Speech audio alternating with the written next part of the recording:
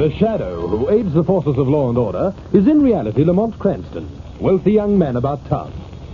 Years ago in the Orient, Cranston learnt a strange and mysterious secret. The hypnotic power to cloud men's minds so they cannot see him. Cranston's friend and companion, the lovely Margot Lane, is the only person who knows to whom the voice of the invisible Shadow belongs. Today's drama, The Case of the Burning Skull.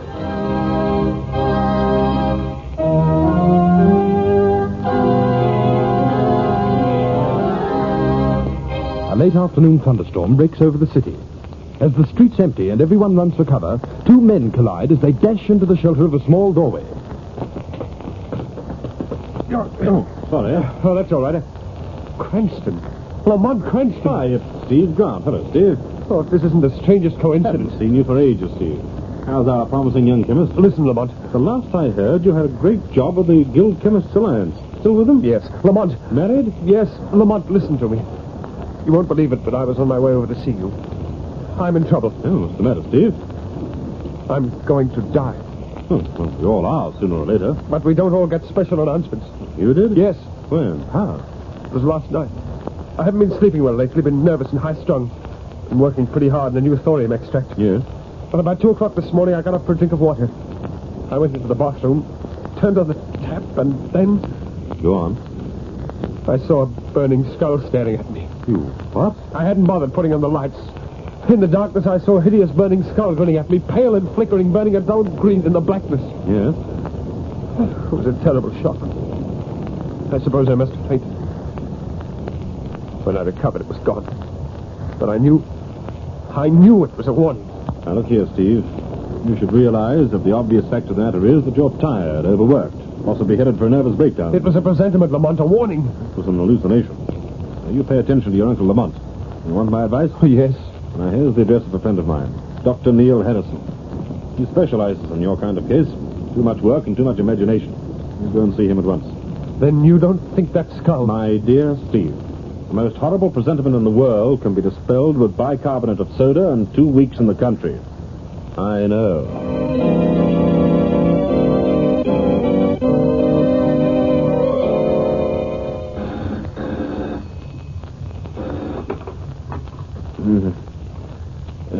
Hello? Is that Mr. Cranston? Yes. This is Helen Grant, Steve's wife. Oh, yes, Mrs. Grant. Mr. Cranston, can you come over to our house right away? Come over? What time is it, Mrs. Grant?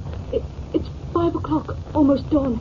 I know this is an unusual request, Mr. Cranston, but... Anything wrong? Yes, With Steve? yes. What's happened? He's been kidnapped. What? Please come over right away, Mr. Cranston. I can't explain on the telephone. I can't even understand half of what's happened myself. Please come as quickly as you can. I'm desperate.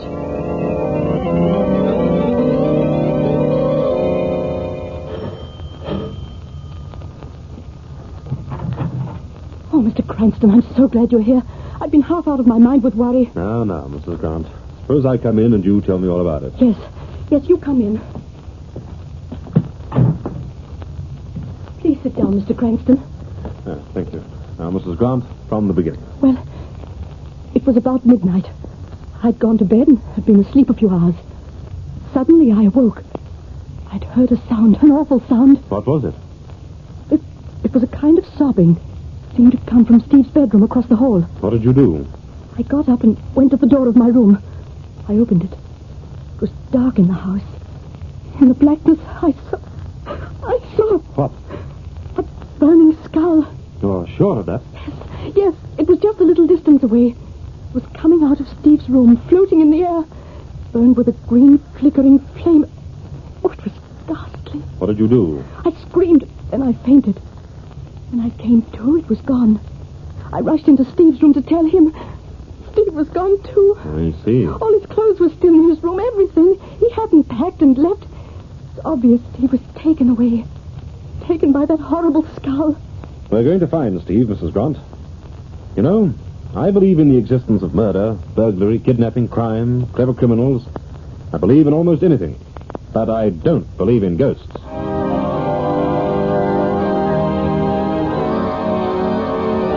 Well, this is a lovely crime to serve me early in the morning, Cranston. What in the blazes do you do? Do you sit up all night working out crazy cases to worry me with? I haven't enough imagination to invent anything like this, Commissioner. Yeah, well, what about you, Miss Lane? Do you believe in this ghost story? I don't know yet.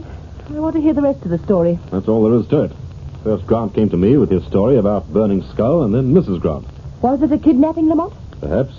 I've gone over Steve's room. All his clothes are there, his shoes, everything. Most important, his passport was there, licenses, checkbook, everything. What's that supposed to prove? Nothing much, except the fact that Grant doesn't seem to have walked out of the house voluntarily. A man might think up an ingenious plan like this to leave his wife, but he doesn't leave all his money and papers and important documents behind. Yes, that's right. But what about the sobbing noise Mrs. Grant heard? And I couldn't find anything to account for that. So it all boils down to this. A chap disappears. He and his wife tell a crazy yarn about burning skulls, and we're supposed to believe the said skull kidnapped the man. That explanation will do until a better one comes along. Have you a better one, Commissioner? Certainly, I've got a better one. The obvious one. Grant and his wife thought up the scheme between them to defraud the insurance company. He isn't insured. Well, he's trying to get publicity for some crazy invention he's made. He was a research chemist working for the Guild Chemist Alliance. He made no invention, and if he did, it would belong to the Guild Company and not to him. Well, then I don't know. It's beyond me, Cranston. But I'll tell you one thing. I don't believe you or Grant or his wife. I don't believe that Grant saw anything, either of them. And if they did, it wasn't a burning skull. You can think that over for a while. Hello, Weston speaking. Yes? What? What was that? Well, all right. I'm coming right over. What is it, Commissioner? You look startled, to say the least. That phone call has just dropped a bomb into my lap, Miss Lane. But now let's have the explosion. Adam Edwards, the broker, has just reported a burglary in his home. $15,000 in cash was stolen. Why, Commissioner, a robbery of that size is no explosion. No? Well, perhaps you'll sing a different song when you know the money was stolen by a burning skull. Suppose you tell us your story, Mr. Edwards. Well, it's quite simple and quite frightening. I was awakened this morning about 3 o'clock by the sound of somebody moving about in my study. Yes? It's a well-known fact that I keep large sums in cash in the house. I assumed that some ill-advised burglar was trying to relieve me of my money. Why ill-advised? I'm a crack shot, Mr. Cranston, and have a license to keep a revolver in the house. I immediately arose, got the gun, and tiptoed towards the study. And then? I opened the door very carefully. I confess I was shocked and frightened. In the darkness, I saw a burning skull hovering over my desk, while burning skeleton hands rifled the drawers. So now a pair of hands are added to the skull. Pretty soon we'll get the whole skeleton. Instantly, the skull and hands rushed off through the darkness. I tried to follow. I heard the thing blundering about on the far side of the study. Before I could catch up, it was gone. And so was my money. And that's all. This is too much for me. What is this, a conspiracy? Are you trying to pull my leg? You don't believe my story, Commissioner? Frankly, no. I see. Come this way, please. Where to? To this large annex on the far side of my study. I have something to show you. You see, I'm an amateur photographer, and I've had this annex fitted up as a darkroom. What's all this mean? Please notice that the annex door's alongside the door leading out of the study. Evidently, the burning skull blundered into the annex first by mistake, and then turned and ran out of the real door. I still don't see what all this has got to do with the skull. I tell you, you've been seeing things. We've been seeing reality. Come into the darkroom. Huh? I'm sorry, but this red safety light's all the illumination I can give you. Oh, it's enough, Mr. Edwards. Go ahead. When the intruder came into this room last night, he apparently dislodged one of my unexposed plates and knocked it into the developer tray. Look at this plate, Commissioner. Tell me what you see on it. Good heavens. It's a skeleton hand.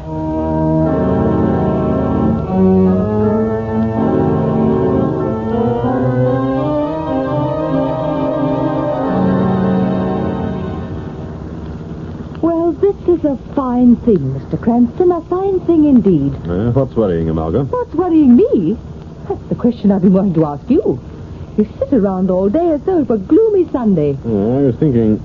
No, I was worrying about the burning skull. Suddenly at 7 o'clock tonight, you announce we're going for a drive. Where? To visit a friend. Why? To pick up a clue on this case. Who's the friend? Dr. Neil Harrison. I sent Steve Grant to see him yesterday afternoon. It's just possible that Steve might have said something to Dr. Harrison that would give us a clue. Then all that worrying, thinking this afternoon didn't help? No inspiration? It certainly did. Right now, the fire of inspiration needs a little more coal. To be shoveled on by Lamont Cranston Stoker. No. Lamont Cranston, Shadow.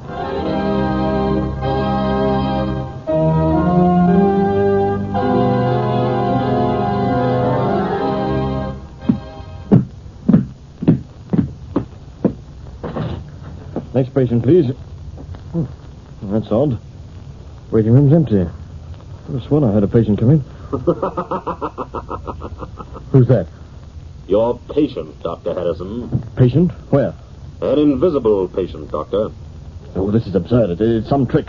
Who are you? Men call me the Shadow. The Shadow. You've heard of the Shadow, Dr. Harrison. The Shadow seeks only one thing, the truth. The truth? About what? The truth about all things. The truth about Steve Grant. Grant. Oh, yes. He came to see you yesterday.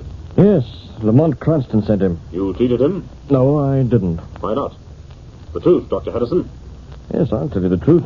I couldn't treat him. He was... Dr. Harrison.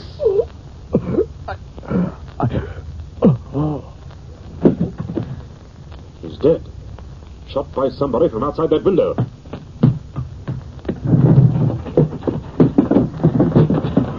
Lamont, where are you? Lamont! Right here, Margot. Outside this window. I heard shots while I was waiting in the car, and Yes. Someone fired through the window while the Shadow was questioning Dr. Harrison. The doctor is dead. Now, come on. We've got to find that murderer if we can. But it's pitch dark, Lamont. Careful. He must have run off this way. Do you know who killed the doctor? No. But I'm afraid we'll never find out now. Lamont, Yes, Margot? look.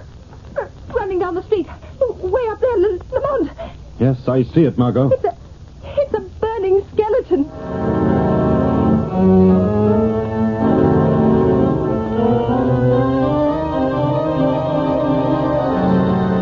What is the mystery of the burning skeleton? Listen for exciting developments in part 2 of tonight's Shadow story.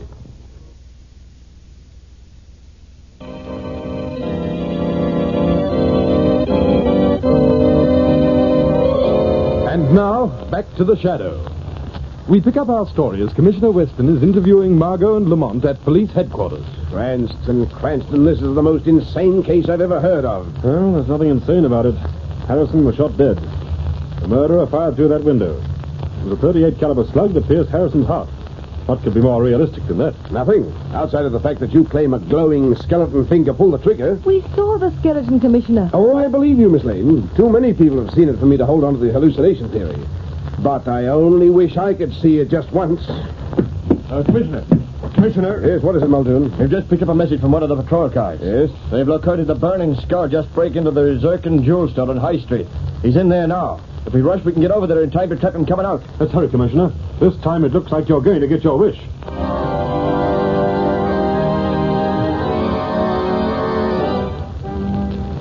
Where is this Zircon Jewel store? How much further, Muldoon? Oh, just around the next corner, Commissioner. I only hope we're in time. Yes, I wouldn't want the Commissioner to lose the pleasure of meeting our skeleton friend. Easy, Muldoon, easy. We're not supposed to arrive with a brass band announcing us. Go a little more, then stop. We'll walk the rest of the way. Yes, sir. I can see the police patrol car up ahead. Then the skeleton must still be inside the store. All right, stop here, Muldoon. Yes, sir.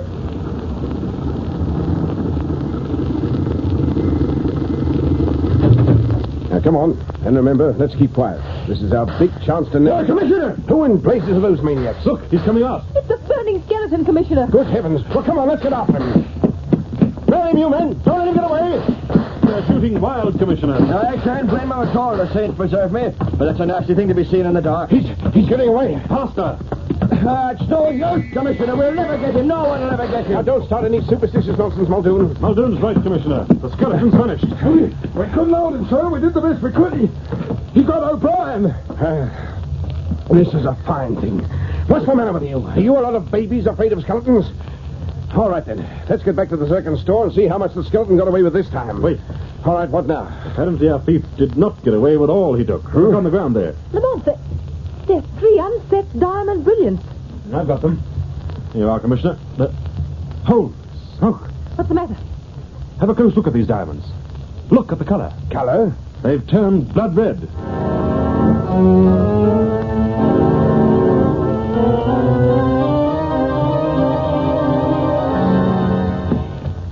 Lamont. Lamont. Lamont, stop pacing up and down and listen to me. Got any ideas? Yes, suppose we get some sleep. It's 8 o'clock in the morning, Lamont. How much longer are we going to sit here and think? Until I can work out 3 things. We're not going over all that again, are we? Why was Steve Grant kidnapped? Why was Dr. Harrison murdered? Because they knew something about the burning skeleton. But what? Well, you know the answer to that. You told me yourself. It's tied up with a photograph of the skeleton hand and the diamonds that turned red. Why did those diamonds turn red? How was that photograph made? Lamont, let's get some sleep. I'm going home. Only Harrison had taken Grant as a patient. Oh, didn't he? No, he told the Shadow he couldn't treat him. Well, what difference does that make? If he'd taken Steve as a patient, he might have left some record of some kind. As it is, his information died with him. Oh, that's the door. I'll answer it. Who in the world could that be so early? Oh, it's Grant. Come in. Oh, Mr. Cranston, Now, this is Miss Lane. She's working with me on the case. Margot, Mrs. Grant. How do you do, Mrs. Grant? Now, what's wrong, Mrs. Grant? Oh, Mr. Cranston, I'm frightened. Why? The burning skull. What about it? I think I'm going to be the next victim. You? Now, what do you mean? I've had warnings. When I put the lights out, objects flame up and glow with a weird green color. Steve's watch, money on his desk, spoons, silver, many things. Heavens. Then, last night, I decided I'd sleep in Steve's room. I thought if the burning skull came back, I'd be waiting. Well, did you see it? Did it come back? I didn't see it, but I know it was in the room. How do you know? Look at my arms. Good grief, they're covered with burns. Burns? Look, Lamont. It's as though a skeleton hand had clutched Mrs. Grant. Or the hand of a giant or a mythological god like Thor or... What? I said like a... You said Thor. Thor, what an idiot I've been. Steve practically told me the answer to this case when I first met him. What do you mean, Lamont? I mean I know all about the burning skeleton. Come on, Mrs. Grant. We're going to police headquarters right away.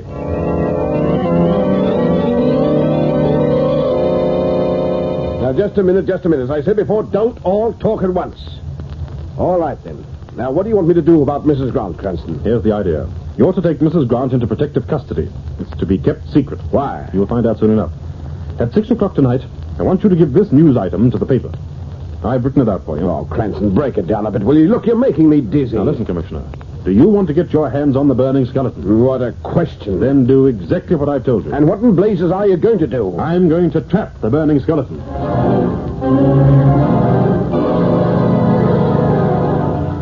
And now for a resume of the news.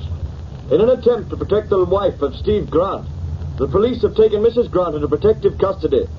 She's being held under close guard at the old mansion house outside the city.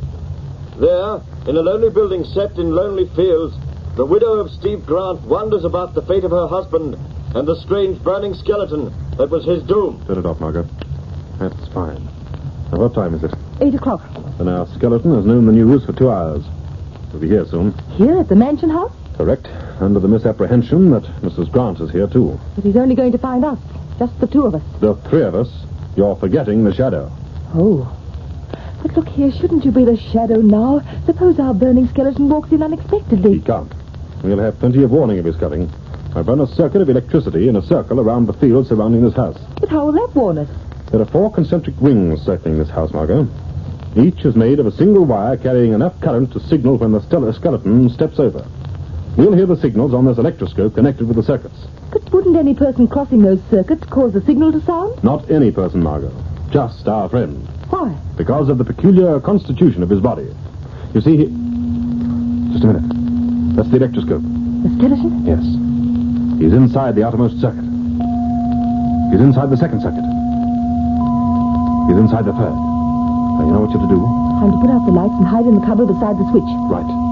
When the skeleton gets into this room, the electroscope signals will reach a peak. They'll then cut off automatically. Then I'm supposed to switch on the lights again. He's inside the 4th circuit. Now, hurry, Margot. Lamont, Don't argue. This man is dangerous. Put out the lights. Right. Into the cupboard. Stand by.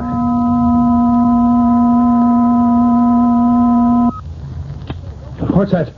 Who's there? Don't move. Good evening, Steve Grant. Who's that? The Shadow. Shadow? I can't see you. No man sees the Shadow, but all men see you, skeleton. You know Shadow. The Shadow knows everything. You were a foolish man, Grant. A fool. I was desperate. When Dr. Harrison told me I'd caught radium poisoning, that the salts were in my blood and bones, that there was no cure, that there was death waiting 2 months off. You sought to revenge yourself on the world. No, I thought only of my wife. She had nothing. There was no money, no insurance, nothing. I had to raise something for her. I couldn't leave her penniless. You had no right to rob. There was no other way to raise money. You had no right to murder. There was no other way to keep my secret. I couldn't let her discover her husband was a thief. She'd never have kept the money I was raising for her. You were insane. I was desperate. Oh, for heaven's sake, you can't betray me. The Shadow seeks justice. Justice. There will be justice for your wife. There must be justice for those you have robbed and those you have killed. No. Now, listen, I'm going to die anyway. I'll pay for the deaths, pay with my own. There must be justice, Grant. You'll never take me. I warn you, I've killed before. I'm not afraid to kill now. You're mad, Grant. You must pay in full. No!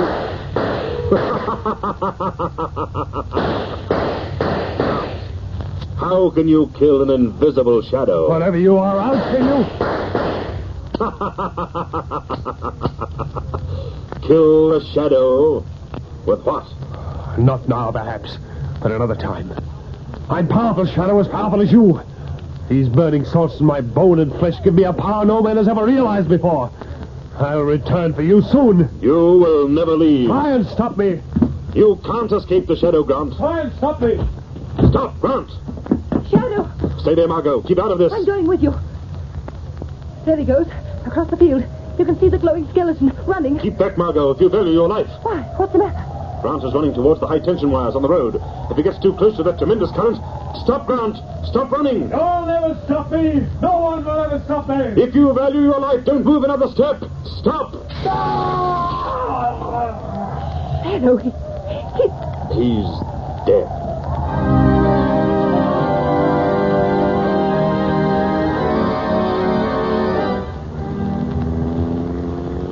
Well, let's get back to town and notify Commissioner Weston, Margot. Oh, Lamont, it was awful. Be electrocuted that way. Perhaps it was just as well, Margot. But, Lamont, I just can't understand it. What happened to Steve Grant? He was experimenting on a radioactive salt called thorium. Thorium. Oh. So that's why the mention of the god Thor put you on the right track. Yes, Margot. Grant apparently became infected with enough radium salt to poison him. When he first saw the skull grinning at him, it was his own face he saw in the bathroom mirror. Oh. Dr. Harrison must have explained the truth to Grant. Grant turned desperate and tried to raise money to leave to his wife. And he killed Dr. Harrison before the doctor could tell the police the truth about the burning skeleton. Yes. I should have realized the truth sooner. Naturally, radium emanations are the only thing that can make a man's bones shine in the dark. Radium explains how Edwards' photographic plate was exposed. Radium accounts for the diamonds that turn color. Radium emanations change the color of precious stones. So when you had that news broadcast made about his wife being at Mansion House, you knew it would track him. Of course. His only thought was for his wife. That's the explanation of the sound she heard that night he vanished. She heard poor Steve crying hysterically. When she got up and opened her door, she didn't see a skeleton kidnapping Steve. She saw poor Steve leaving. I don't think it's poor Steve. Poor Mrs. Grant. Oh, don't worry about her, Margot. The Shadow may be just, but he is also merciful. So the Shadow is going to temper his justice with mercy. Yes. And the name of that mercy is Cranston's bankroll.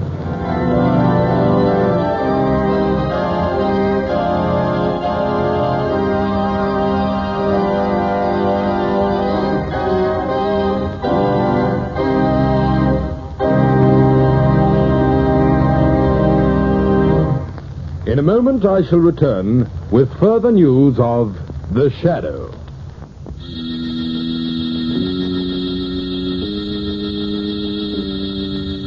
Next week, same time, same station, we bring you another strange and thrilling adventure in The Shadow's daring battle against the forces of evil. Be sure to listen.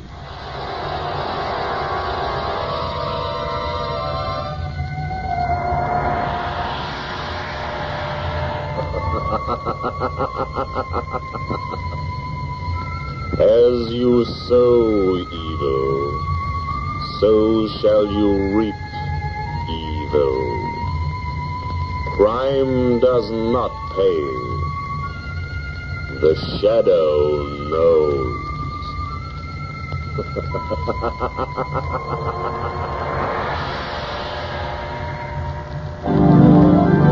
This feature is produced by Reg Johnston for Grace Gibson Radio Productions. A masterpiece of suspense.